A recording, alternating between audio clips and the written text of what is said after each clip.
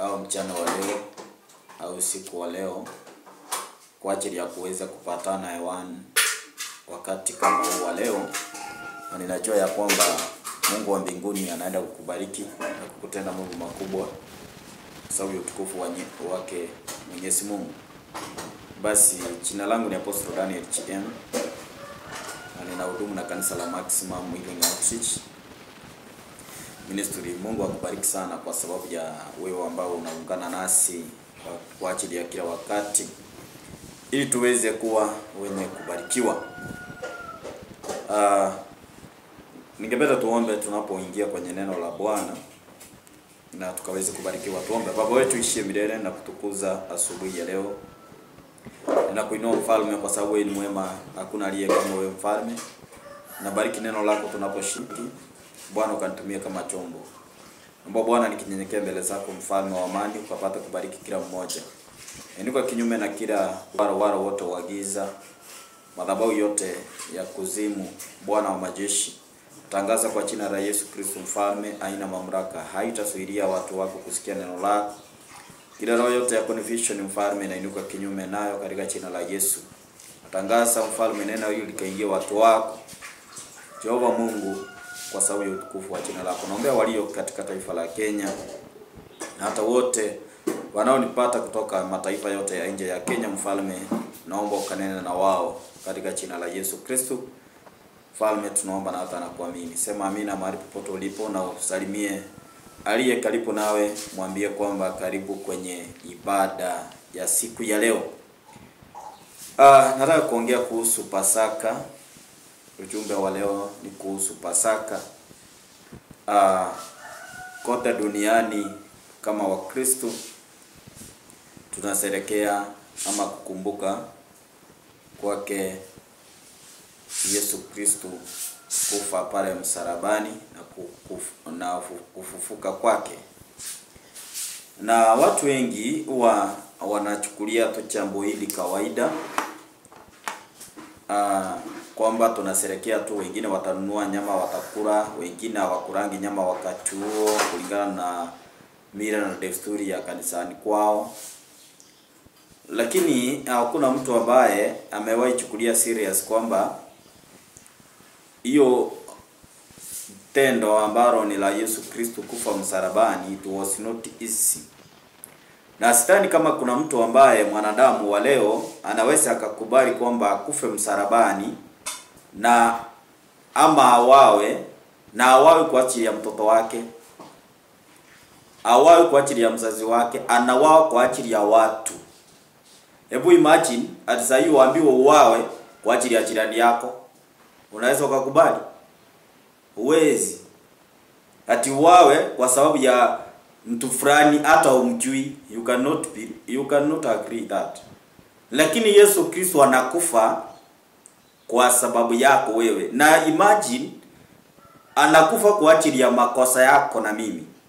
Hakufi kwa sababu ati umefanya mazuri, anakufa kwa sababu umefanya mabaya. Sasa ningependa tu kwamba utafakari jambo hilo. Huyu Yesu anakufa kwa ajili yangu, mimi niko kwenye dhambi. Je, bado nitabaki kwenye hii dhambi? Wewe subtopic ya leo nataka kuongea kuhusu kondoo aliyepotea.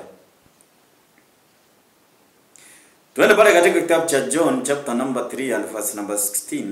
Najua kila mtu amesoma Mkristo, lakini neno hilo umelisoma tu na ukalipitia kama vile unaweza pitia message umetumiwa kwa simu. Inasema hivi: ili kila anayeamini, tunaanzia hapo 15, awe na uhai wa milele. Maana Mungu aliupenda ulimwengu hivi hata akamtoa mwana wake wa pekee, ili kila amwaminie asipotee bali awe na uhai wa milele. My version inasemanga hivyo. Zingine zinasema awe na uzima wa milele. Kwa hivyo kwa ajili ya kwamba yeyote ambaye aaminie asipotee bali awe na uzima wa milele. Kwa hivyo Yesu Kristo anatolewa kule msalabani.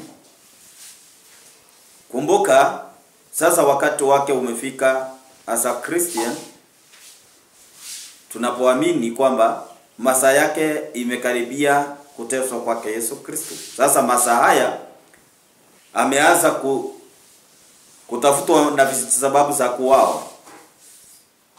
Tunapofika pale Friday, tunaelewa ya kwamba ni siku yake sasa kuteswa na kuuawa. Christian, wale ambao ni wa Kristo wa Katoliki, wao wakati huo wanapepa msalaba pia. Wanaenda vile Yesu alikuwa anapigwa, wanapiga wenzao hivyo, wale ambao wanapepa hiyo msalaba, wanact kitu ambao ni practical. Napendanga na hiyo action yao. Lakini nisijaiona Mkatoliki huyu ambaye anapepa msalaba akiwawa. Hapo ndio sijui kwa nini hawataua. Ama ni kwa sababu ya human right. Lakini Biblia pia imetuambia tusiue, but an act like Yesu vile aliteswa. Amen. So usichoka act mpaka ukauliwa. Amen. So Biblia inasema ya kwamba Mungu alipenda ulimwengu kwa ajili ya kila mtu aminie asipotee. So alipenda ulimwengu akamtoa mwanae wa pekee. Hebu imagine like me nitoe my son. It is so hard to me. Lakini kwa sababu ya upendo wa Mungu Baba wetu Kristo, anamtoa mwana. Baba wetu wa mbinguni anaamua kutoa mwana wake pekee, hakuacha mwingine. Wacha wewe hapo ukiambiwa utoe 200 na ndio uko naye unateta. Hii makanisa siku hizi ni wezi, ni wakora. Hata hao wanajifanya ni Mungu wanatumikia, kumbe ni mapepo. Sasa hiyo utateta. Lakini ninauliza hivi, Mungu anaupenda ulimwengu, na ulimwengu ni sisi. Mataifa ni sisi. Na ndio maana tunaitwa taifa la Kenya. Haiwezi ikaitwa taifa pasipokuwa na watu. Amen. Haleluya. Lakini kwa sababu ya kupenda ulimwengu, kwa sababu ya Baba wetu alitupenda, akaona ni vyema amtoe mwanae. Si eti amtoa tufurahishe, bali apate kutulipia gharama. Mungu akinichalia kesho nitafundisha kuhusu gharama Mungu alitoa. Sasa kwa sababu ya hiyo anatoa gharama kwa ajili ya wewe na mimi, ambaye tuliyekuwa kwenye dhambi, ambaye tuliye bado kwenye dhambi. Maana kuna bado watu wanaogelea kwenye dhambi, lakini they are pretending that they are Christian. Anaweza akaimba worship mpaka karara chini, lakini toka hapo anaenda na boyfriend. Anaimba mpaka anaambia watu inua mikono juu, twende chini, twende chini, twende juu. Lakini akitoka hapo ameavya mimba 2, ameavya mimba 3. Kama mwingine hapo kijana kanajifanya they are sorry. Hapo tu, hapo bado kuna wasichana kameafisha mimba. Kuna vitoto vyake huko vinalialia huko. Lakini akifika kwa madhabahu pretending. Hakuna watu pretenda kama Wakristo. Hakuna watu pretenda kama Wakristo, kama wanasiasa tu. Wanasiasa ni wa pretender. Wanajifanya kama wameokoka. Wakiingia kanisani they are holy. Hata ukiangalia vile wanakaa aongeangi. Lakini wacha wapewe pulpit hivyo waanze maneno, utaanza kusikia kusambulia wenzao. Sasa Christian nao wako hivyo kama wanasiasa. Wakiwa huko kanisani wameokoka. Yesu akicha leo anachukua wote. Lakini wacha watoke nje ya mlango, utashindwa ni mapepo hii ama ni mashetani. Ile vituko ambao wanafanya. Wale kando na pastor, ile vituko wanafanya. Sasa nimekuja kukuambia mtu wa Mungu siku ya leo ya kwamba Mungu anatafuta wewe ambao umepotea. Wewe ambao bado uko kwenye dhambi. Ndiposa anamtoa mwanae. Acha mtoa kwa sababu ya kwamba kuna watoto wengi. Unajua mtu akiwa na vitu mingi kama vile Ruta anakuanga na pesa mingi, hata akienda popote anapeana pesa maana ako nazo. Lakini hawezi toa zote kwa pengi yake. Napeane watu. Wacha vile anasema anapeananga kwa makanisa, hawezi toa zake. Lakini aliye na upendo ambaye ni baba wetu, upendo wa kweli, anatoa mtoto wake wa pekee. Kwa sababu ili utoke kwenye userati. Kwa sababu ili utoke hapo kwa paa hapo upo. Ili utoke hapo kwa wizi. Niliona Mombasa watu vijana wamejitoa hapo wanatembea na vipanga kukatakata watu. Sijui kama ni mama yako akikatwa hivyo utasikiaje? Sijui kama wewe baba yako akiwa ndiye amekatwa hivyo, how do you feel? Ama wewe mwenyewe ukikatwa hivyo, ama unafikiria wengine wako na chuma, wewe ndio uko na damu. Na kwa nini uchakata mama yako au baba yako na ukufe na kifo ya mapema wewe? Unaeua watu kwa sababu unawanyang'anya mali yao. Na wewe usikie hiyo uchungu ambao watu wengine wanasikia. Wakati hata Yesu Kristo anatolewa kafara kwa ajili yako wewe, bado wewe uko kwa wizi. Bwana Yesu asifiwe sana. Wakati mwingine Mungu anapotafakari jinsi ambapo alimtoa mtoto wake, akapoteza uhai wake kwa ajili ya sisi, na bado tunaendelea kufanya dhambi. Sijui kama anafurahia. Naomba utafakari hilo la baba. Anaweza kuwa anafurahia. Hebu imagine leo hii wewe umetoa gharama fulani, hata utoe shamba lako upeane kanisa. Alafu unapopeana hiyo kanisa, unakuta hata huyo pastor mwenyewe sasa amechukua nguvu za giza ndiye anafanya kazi nazo. How do you feel? Na ujue kabisa anafanya hiyo. Hata unaweza mfukuza kwa hiyo shamba lako, mwambie toka hapa. Utafute kanisa lingine upeane. Sasa Mungu kwa sababu ya upendo wake yeye anaamua kutoa mtoto huyo wa pekee. Na anamtoa kwa sababu alipe gharama hiyo. Sasa tunasherehekea Pasaka sawa, but how many will change the character? Wangapi ambao watakayebadilisha tabia zao? Naongea na Wakristo. Wangapi ambao watakayeweza kubadilisha tabia zao kwa sababu ya kwamba Yesu ametolewa kwa ajili yao? Ama bado utabaki tu wewe ni yule kimengera tu? Utabaki ule kamao. Watu walikujua kama wewe ni mwizi, bado utabaki kwa hiyo mwizi. Watu walikujua wewe ni mtu wa fitina, bado utabaki kwa hiyo fitina. Mtasema bado wakati wa Yesu bado hujafika kurudi. Wacha kwanza niongelee kwa dhambi. Wengine wanasemanga wacha funja mifupa ngali bado meno ipo. Meno itakatika tu siku moja. Na itakapokatika mtu wa Mungu irudingi. Sio kama unajua mtu akitolewa meno irudi hapo. Unless atafuta ile ya chuma ile ya gold yaweka hapo. Lakini meno irudingi ile ilikuwa. Sasa wakati wako meno itakatika haitarudi. Amen. Kwa sababu kuna watu wengine wanasema wacha kwanza mimi nifanye dhambi, nitaokoka tu. Nani aliyekudanganya kesho ndio Mungu atakuja? Na akikuja saa hiyo unaendelea kwa hiyo dhambi. Imagine Yesu atakuja hivyo wakati hapo saa ile ndio uko. Sijui kama mnaelewa. Kuna watu ambao walienda tu wakacharibu siku moja hivi kufanya uzinzi na wakatoka na HIV hapo. Sijui kama unaelewa hiyo kitu.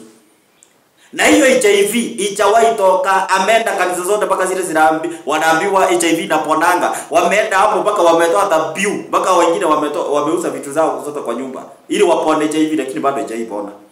Kwa sababu ya kwamba ulitafuta mwenyewe. Ulilipia gharama mwenyewe kwa kujificha hapo karochi. Ulijitafutia hapo. Sasa naye Mungu hawezi akakuondolea, maana ulikuwa kwenye dhambi. Na mshahara wa dhambi ni mauti. Wale ambao wanapona HIV sio ati kwamba walifanya dhambi. Waliletewa wengine na bwana zao, wengine waliletewa na wake zao. Wengine walipakwa kwa njia wakaletewa hiyo. Sio ati uende utafute alafu Mungu akamjinga akutolee. Hakuna, Mungu afanyangi vitu kama hizo. Huwezi fanya dhambi ya makusudi alafu Mungu aseme ati sasa nimemsamea maana alifanya kimakusudi. Hakuna kitu kama hiyo. Unajua wale watu wanafanyanga dhambi wanapenda kujifariji. Wanatafuta kimaandiko hapo, wanajimfunikia nayo. Mtu wa Mungu, Mungu sio brother yako. ama sister yako, mtu asikudanganye hivyo, na usijidanganye kwa moyo wako. Kumbuka ni yule aliyeumba, na ndiye yule aliyeua watu na maji. Si yule Mungu mwenye unafikiria, ni yule mwenye tunajua aliyeua na maji. Na akaua mpaka karibu amalize, akabakisha kina Nuhu peke yake. Kwa nini hakusema tu ni wengi wacha niachane na wao? Mbona anaacha Nuhu peke yake na familia yake? Wengine wote anamaliza, na ni yeye aliumba. Huyo bado ndio tunamwabudu. Hajabadilika, anasema mimi sibadiliki milele. Haleluya. So ni lazima utafakari, Mungu huyu alinipenda aje? Akamtoa mtoto akufe kwa ajili yangu. Na ni nini ambacho kinachonifanya bado ninaendelea kukaa kwenye hii dhambi ninayoikaa nayo?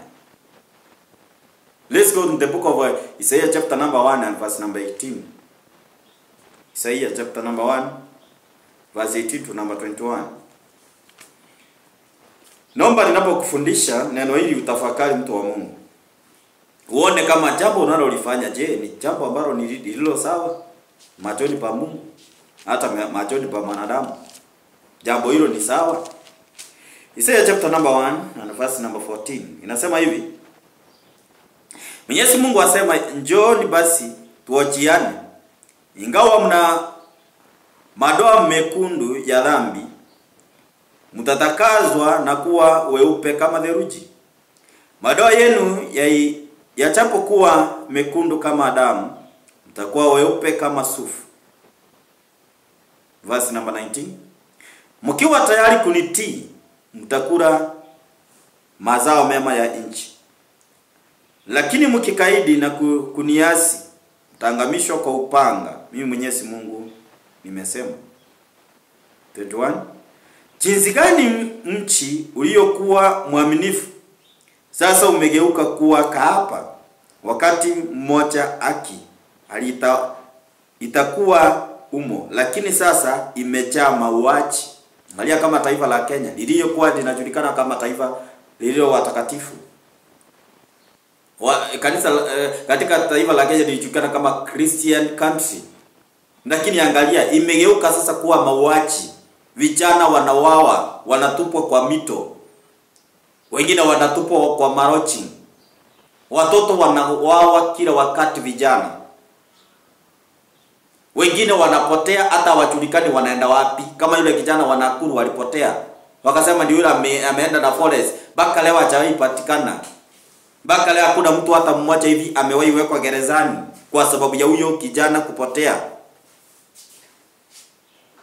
Sasa taifa la Kenya limegeuka kuwa ni taifa la mauaji.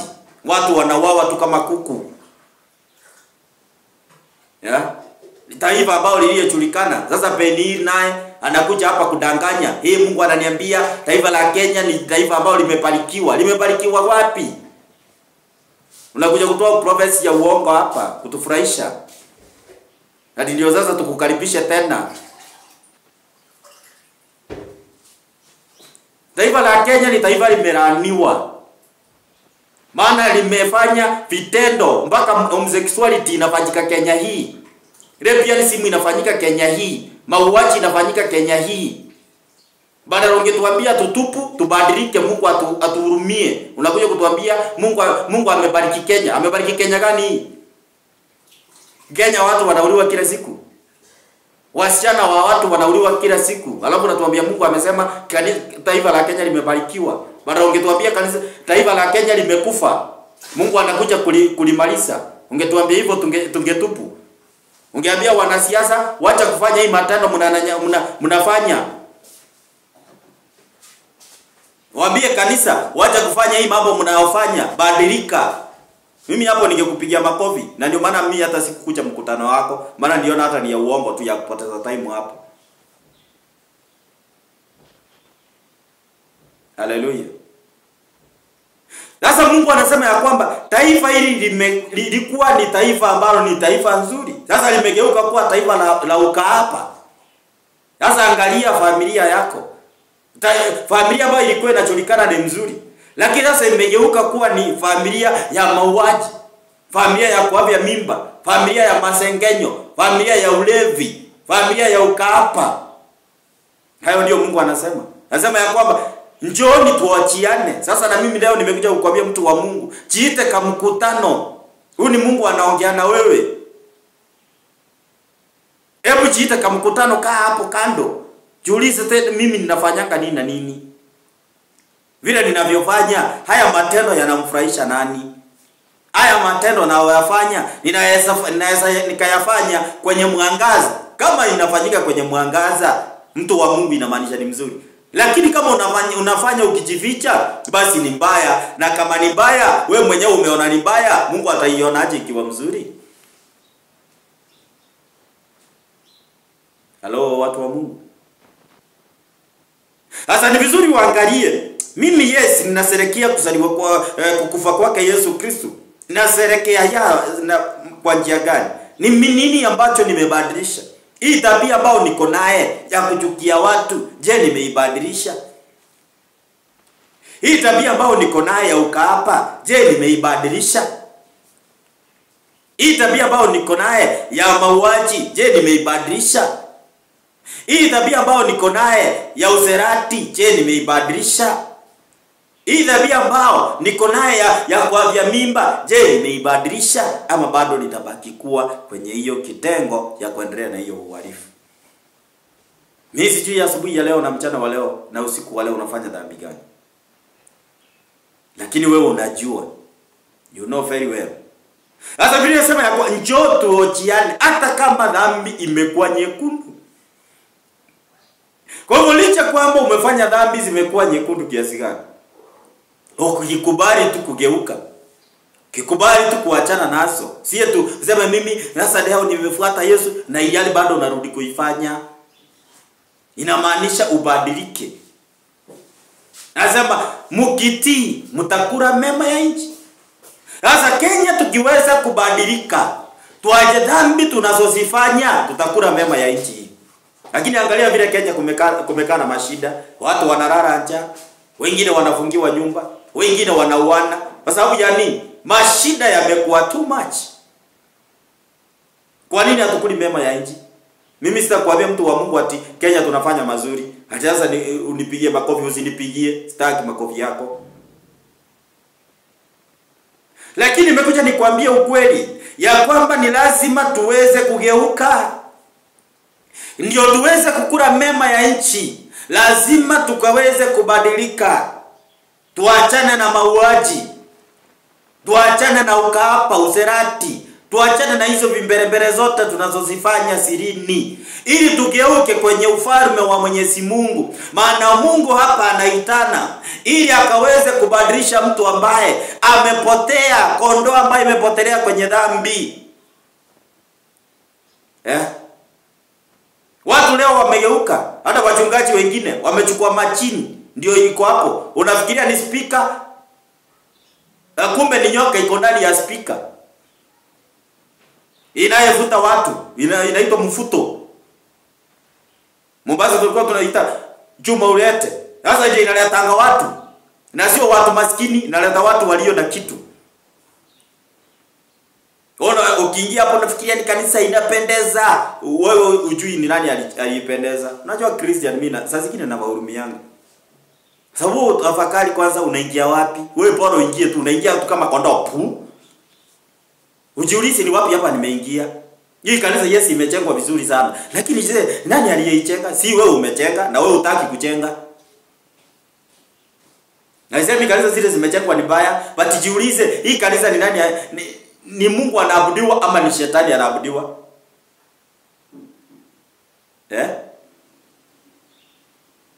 Kwa sababu watu hawatafakari.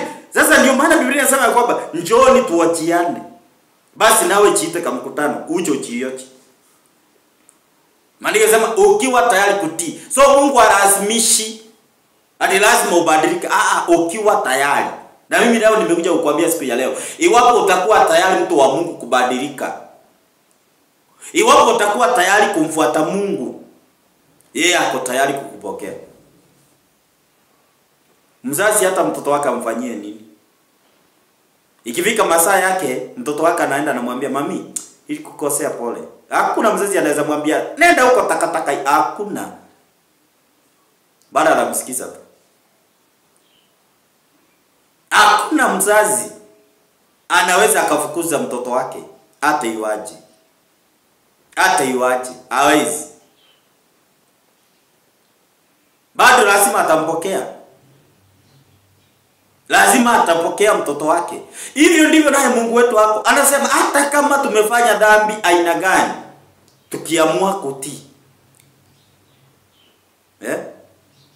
tutakula mema ya nchi. Lakini anasema aje? Lakini mkikataa mtaangamizwa kwa upanga. Ya nini my brother and my sister uongoje uangamizwe? Ya nini uongoje mpaka uwekwe kwenye moto wa jehanamu? Ndio useme sasa kumbe hii kitu ilikuwa ya ukweli. Ya nini uongoje hapo? Na ilihali Mungu ananena na wewe siku ya leo. Anakwambia ya kwamba sasa iwapo utatii, naomba mtu mmoja atokee tu anaweza tii na akasikia neno hili na akaacha njia zake mbaya akamgeukia Mungu. Naomba tu mtu mmoja katika taifa la Kenya aamue tu aseme leo ninageuka. Na hii injili ninajua ni ile muipendi. Mnataka niwaambie receive, una receive nini? Na mikono yako imejaa dhambi. Imejaa dhambi, una receive nini? Unawezaje kupokea kitu na mikono yako imepepa vitu zingine? Unaweza kuwa ati umepepa kitu kwa mkono tena hiyo mkono tena uwekele kitu kingine? Surely haiwezekani. Sasa wacha mimi nikuhubirie hii. Na wewe mwingine akuhubirie hiyo ya kureceive. Ureceive lakini wakati umetakasika. Sasa Mungu anasema iwapo mtanitii. Na akaamua kule mbele akasema iwapo mtakaidi na kuendelea kuniasi mimi, mtaangamia kwa upanga. Kwa hivyo hamna haja ya kuendelea kuasi mtu wa Mungu. Afadhali tu kageuka. Kasema ya kwamba leo mimi nimeachana na hizi njia. Hebu jiulize. Tena nilikuwa nauliza mzee mmoja tukiwa kazini. Yule mzee yaani akitoka tu hivi dakika moja tu hivi anakuambia tu naenda kujisaidia. Akirudi ananuka sigara kunuka. Nikamuuliza nikuulize, unafuta sigara ngapi kwa siku? Kaniambia hata nimepunguza. Nikamuuliza mwanzo ulikuwa unafuta ngapi? Kaniambia 10. Na sasa hivi unafuta ngapi? 5. Yaani anasema sasa amepunguza kwa siku. Nikamuuliza, na sasa unafuta ni faida gani unapata kwa kufuta? Kaniambia nyewe hakuna. Nikamuuliza na ni nini unafuta? Kaniambia mimi nijifunza tu pole pole nikajikuta sasa nimekuwa too much. Na sasa nimeshindwa kuacha. Nikamwambia sikia, vile ulifanya uamuzi wa kuanza kufuta, the same utafanya uamuzi wa kuacha. Ndio Mungu anasema ya kwamba iwapo mtatii. Kwa hivyo ni ufanye uamuzi wa kuacha dhambi vile ulifanya uamuzi wa kufanya dhambi. Sasa mwingine anasema mimi hata sijui nini nanifanyanga, funja madhabahu. Ili uache hiyo kitu. Kama unaona kitu kabisa imeshindikana kutoka, funja madhabahu. Maana hiyo ni madhabahu inakusukuma ya baba yenu, ya baba yako. Ya huyo papi yako hapo. Ya huyo nyanya yako ndio inakusukumanga hiyo. Kama unashindwa kutoka kwa hiyo dhambi, kuna kitu kiko nyuma ya hiyo dhambi. Hebu imagine unafanya dhambi yenye ileti faida. Kama ni uzerati inaumishanga mwili wako tu. Na hakuna faida unapata. Nikuchafuliwa tu unachafuliwa.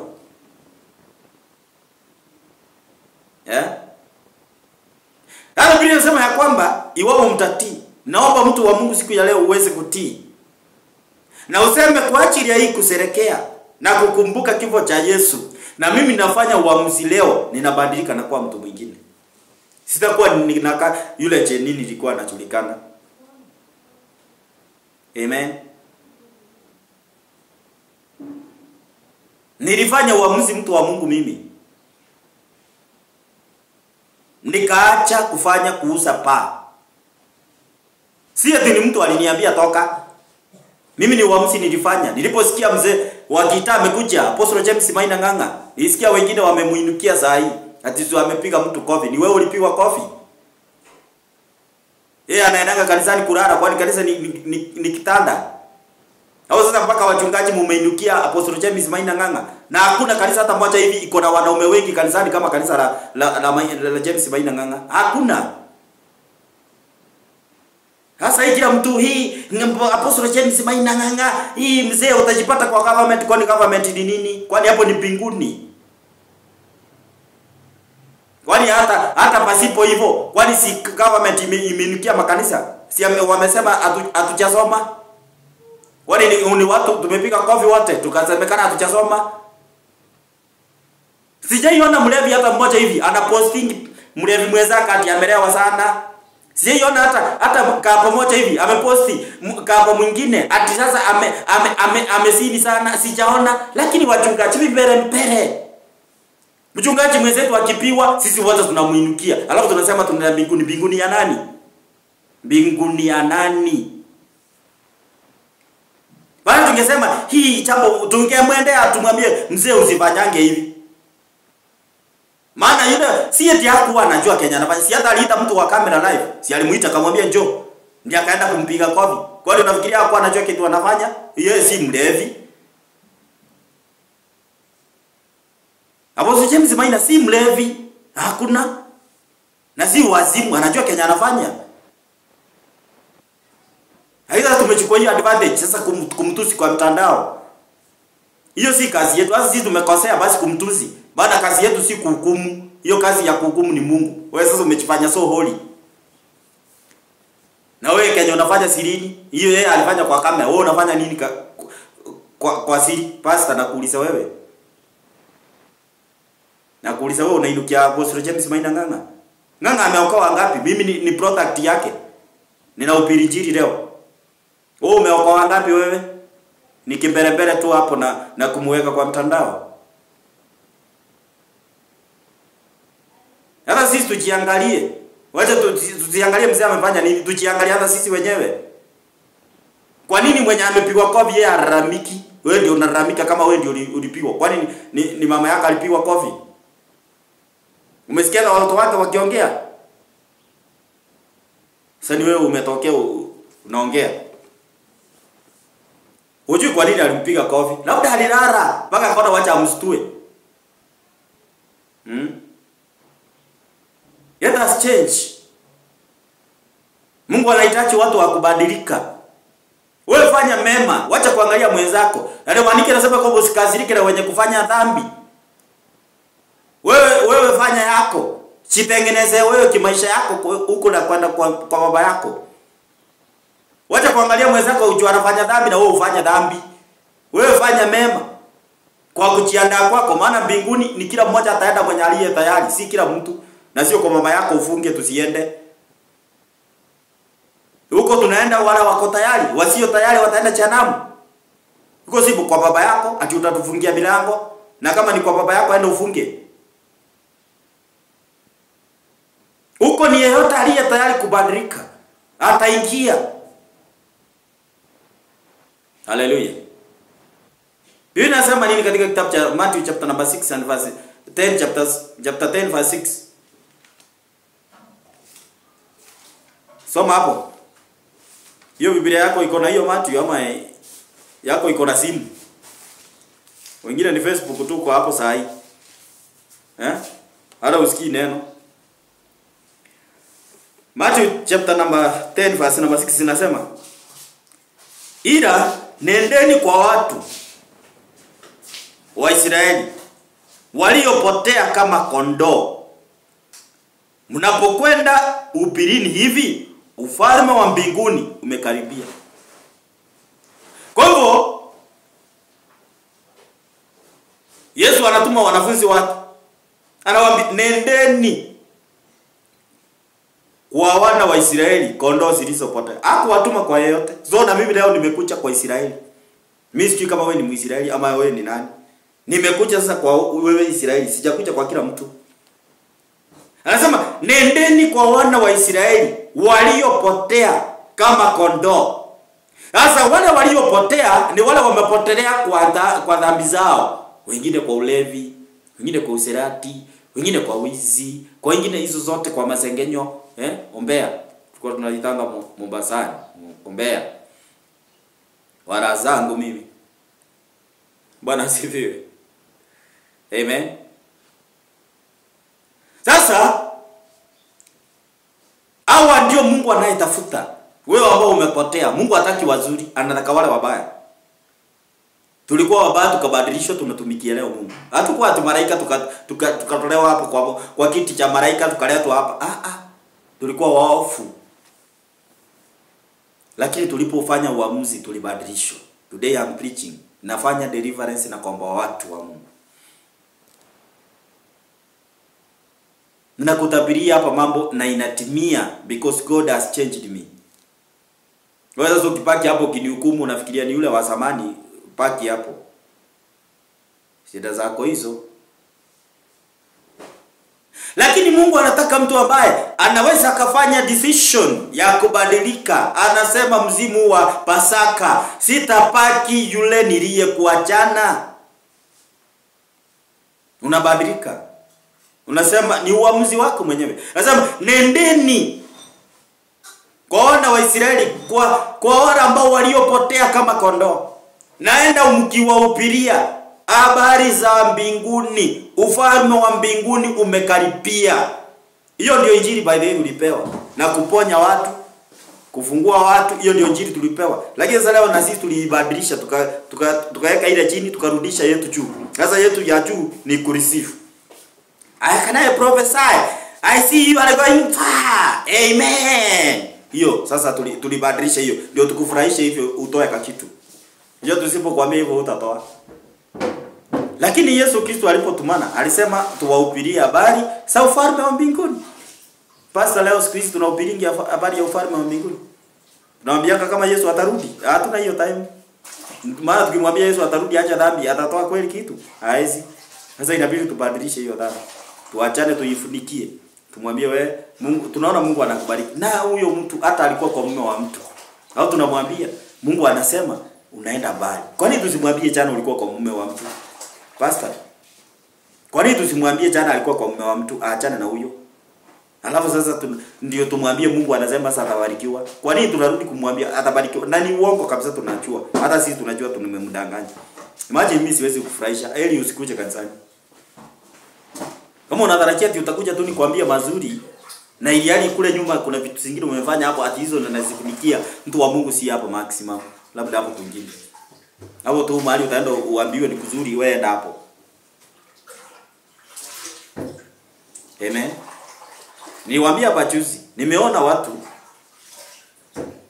wakiwana, wengine hata wakiwa watoto wao. Sijui kama unakumbuka yule mzee ameoa watoto wake. Sijui kama unakumbuka yule askari ameoa watoto wake. Sijui kama unaonanga hiyo. Basi kama Mungu achaniita, Mungu kwa nini ananiambianga hii mambo? Na ninakuambia na inatimia. Nikakwambia nimeona mimi ng'ombe, watu wakipigania ng'ombe na watu wengi wamekufa. Uliona Kenya kilifanyika hiyo njia ya kwenda Kigoli, sijui kuna itwanga aje hiyo county. Nilikwambia tu hapo. 1 year later hiyo jambo limetimia. Sasa leo na mimi nakwambia, badilika mtu wa Mungu. Toka kwa hizo njia mbaya. Mungu hako tayari akupokee, akubadilishe na wewe akufanye nabii wa mataifa. Mungu akikubadilisha leo na ufanye uamuzi leo, atakufanya mtu wa baraka. Hautakuwa mtu wa mshenea hapo. Hiyo mshenea utapiga sasa kanisani. Unapeleka watu wa Mungu mbinguni. Hiyo mshenea unaenda unapiga, unaleta watu kwa ufalme. Hiyo ndio Mungu anataka wewe mshenee wewe. Mbea hapo. Wewe unakaa vikao kwa kusengenya wengine. Sasa Mungu anataka kutoa hapo, akurudishe ili uende usengenya watu. Habari za Mungu waambie Mungu anasema ufalme wa Mungu unakaribia. Hallelujah. So you can make a change today my brother and my sister. You make a decision. Na useme today I need to change. Nataka kubadilika. Nataka kubadilika niwe mtu mzuri. Na Mungu naye atakuwa mwenye kukubariki. Tunapoenda kumalizia kwa sababu ya muda wetu. Matthew chapter 15 verse number 24. Tusoma hapo na wewe tunapoenda kumalizia. Inasema hivi chapter 15 verse number 24. Nasema 24 hapo. Yesu akajibu, sikutumwa ila kwa watu wa Israeli waliopotea kama kondoo. Sasa na mimi leo sikutumwa kwa watu wale wazuri, bali nimetumwa kwa yule ambaye ni mgonjwa. Yesu anasema aje? Walio na afya hawahitaji daktari,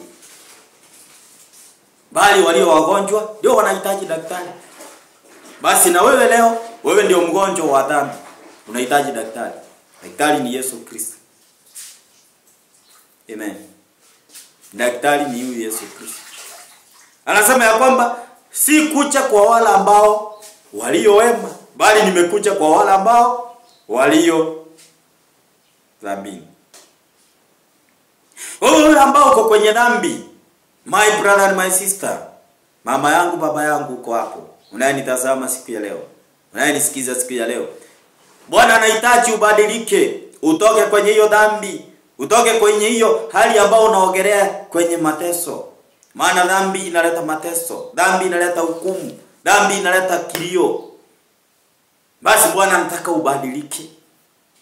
Bwana anahitaji uweze kufanya mapenzi yake. Anasema ya kwamba si kutumwa kwa wale ambao ni wazuri, bali kwa wale wabaya. Anasema si kutumwa bali kwa wale ambao ni Waisraeli, wale ambao wamepotea kama kondoo. Unajua kondoo ikifuata mwenzake, ikienda tu ingie hivi kwa mti, kafuri hivi tu, zote zinaingianga hapo. Kondoo zinakuwa, ndio maana zinafananishwa. Zinaingianga tu, asijui kama ziko sawa, asijui kama zimepotea, lakini wacha kambuzi kaingia kwa msitu. Kana piga kelele me, kana lia huko. Lakini kondoo hata inanga shughuli. Hata ndio maana Biblia inatufananisha na kondoo. Kwa hivyo kuna kondoo ambayo imepotea siku ya leo, inaitwa Mary. Kuna kondoo imepotea siku ya leo, inaitwa Jane. Kuna kondoo imepotea siku ya leo, inaitwa Kamau. Kuna kondoo imepotea siku ya leo, inaitwa Mwende. Unaitwa nani wewe? Umepotea ama bado uko kwenye njia?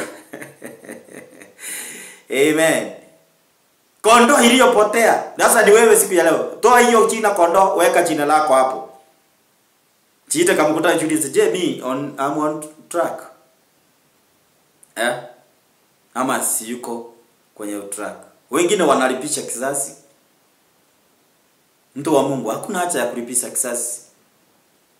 Tegemea Mungu, muaminie Mungu, geuza njia zako, mpendeze Mungu, naye Mungu atakupokea na jina lake Mungu litatukuzwa. Haleluya. So Bwana ako tayari kukubadilisha siku ya leo iwapo utakuwa tayari kutii na kugeuka kuacha njia zako mbaya. Uko hapo basi, umesikia neno hili na unasema mimi nahitaji kugeuka.